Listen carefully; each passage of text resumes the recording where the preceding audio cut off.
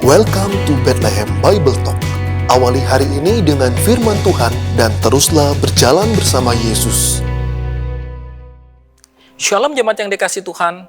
Kita masih terus membahas Injil Matius dan hari ini kita akan berbicara dua perumpamaan yang singkat. Perumpamaan tentang biji sesawi dan ragi.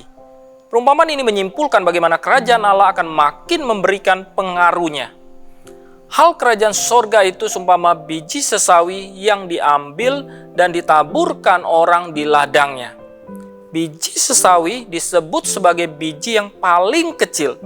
Diameternya saja kurang dari 0,5 milimeter. Namun ketika tumbuh menjadi tanaman dapat menjadi tempat berlindung burung-burung. Tuhan menyatakan kerajaannya dengan cara yang sangat sederhana. Dia memakai seorang pribadi yang mati di kayu salib. Dia mengumpulkan sekelompok nelayan sederhana untuk menyebarkan kerajaannya. Dia membiarkan pengikutnya menjadi golongan tertindas selama 3 abad. Hanya benih sesawi yang kecil. Siapakah yang memperhatikannya? Tetapi dari yang kecil, Tuhan memberikan pertumbuhan terus hingga menjadi besar, jauh lebih besar daripada permulaannya.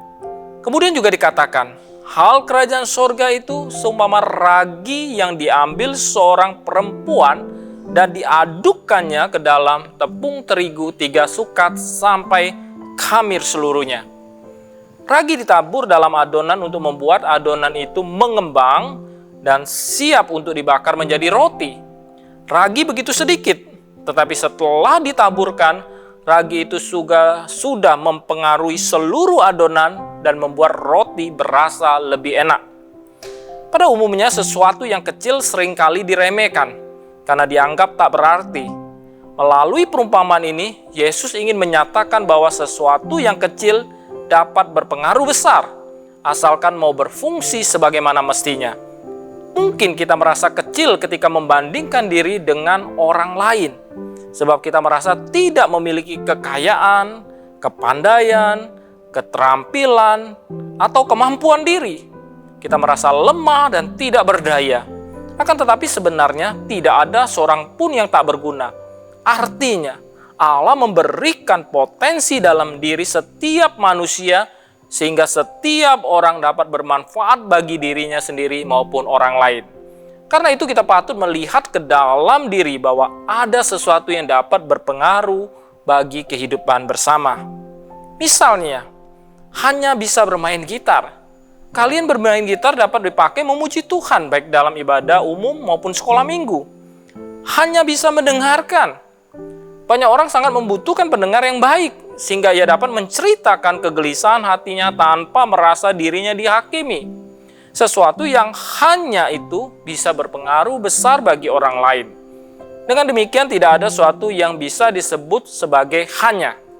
Semuanya akan berguna saat difungsikan sebagaimana mestinya. Bersyukurlah atas keberadaan diri kita apa adanya. Kondisi apa adanya dapat menjadi sesuatu yang berguna dalam kehidupan bersama. Karena itu, bersyukurlah saat kita hanya memiliki sesuatu yang kecil. Sebab yang kecil dapat memberikan pengaruh positif dan baik bagi kehidupan orang lain.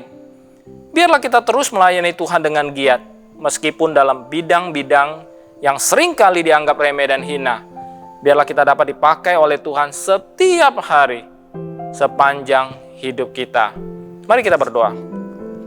Pakai kami dengan segala keberadaan kami ya Tuhan, untuk dapat memuliakan nama Tuhan. Meskipun itu kecil dan sederhana, ketika kami taruh di dalam tangan Tuhan, itu dapat menjadi besar dan bermanfaat. Berkati kehidupan kami, berkati seluruh aktivitas dan pekerjaan kami sepanjang hari ini. Di dalam nama Tuhan Yesus, kami berdoa dan bersyukur. Amin. Tuhan memberkati. Demikianlah Bible Talk hari ini. Tuhan Yesus memberkati.